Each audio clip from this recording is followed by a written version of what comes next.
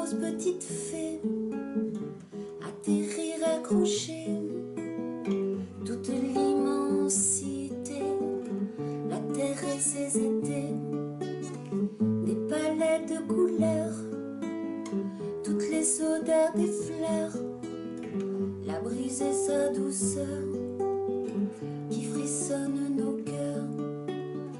Toi tu ris aux étoiles pour en remplir le ciel. Tu pousses droite et fière comme les roses trémières, si aussi joliment que tu frôles le soleil.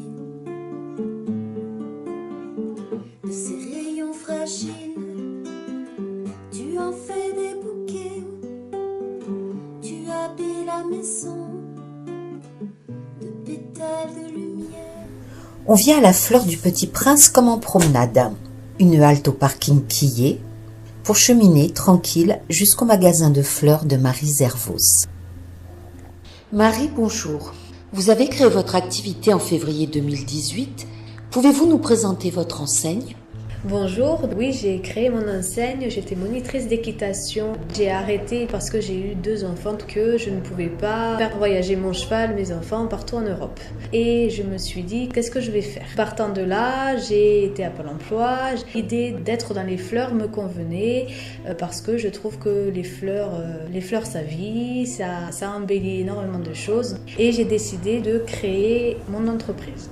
Donc, j'ai cherché dans quelle ville je pouvais créer l'entreprise.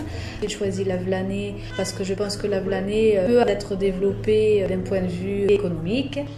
Vous êtes maintenant fleuriste. Pouvez-vous nous parler de votre activité ? Alors déjà, ce qu'il faut dire dans ce métier, c'est qu'il est très plaisant. Les gens qui achètent des fleurs sont là pour faire plaisir. Le but, c'est pour moi de transmettre énormément d'amour et de compassion. Ensuite, c'est un métier qui est enrichissant dans le sens où on crée quelque chose pour les mariages essentiellement, pour les baptêmes, même pour les deuils. Est-ce que la création de son entreprise est une étape compliquée ? Alors pas compliqué parce que moi j'ai été entourée par la Chambre des métiers, j'ai été aidée par Ariège Initiative, par Pôle emploi pour m'aider à créer. Entre le fait que j'allais être fleuriste jusqu'à la création, j'ai mis 1 an de réflexion. On a fait un prévisionnel, je démarche auprès des banques, etc. Donc non, j'ai pas trouvé ça très compliqué. Je pense qu'il faut être ambitieux. Il faut que ce soit un projet de long terme. J'ai pris ce risque. Je suis maintenant chef d'entreprise et j'en suis très fière parce que ça a l'air de pas mal fonctionner. Quels sont les produits que vous vendez ? Je vends beaucoup de plantes extérieures et intérieures.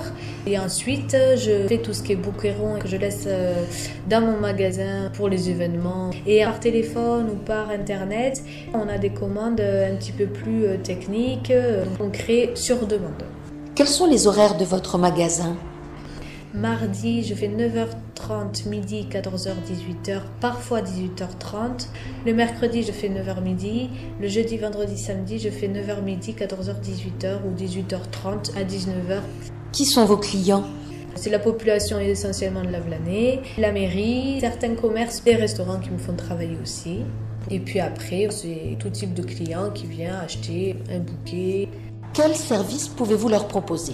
On fait la vente par internet, la transmission de bouquets, on fait les livraisons et il y a quelque chose qui est assez importante à mes yeux, c'est tout ce qui est fleurissement de tombes et aider les personnes qui sont en deuil. Je crois que c'est important de savoir que leur fleuriste peut être là. Je voulais mettre la relation humaine en avant. Dans ce monde, on a le droit d'être humaniste. Bien. Sur commande, je réalise des bouquerons, des gerbes, des couronnes, le jour même parce que je veux que les fleurs soient le plus fraîches possible. Les clients que vous accueillez sont donc des particuliers, des collectivités, des organisateurs d'événements. Tout à fait, tout type d'événements. Peut-on devenir fleuriste sans contrainte particulière de formation ou de qualification ?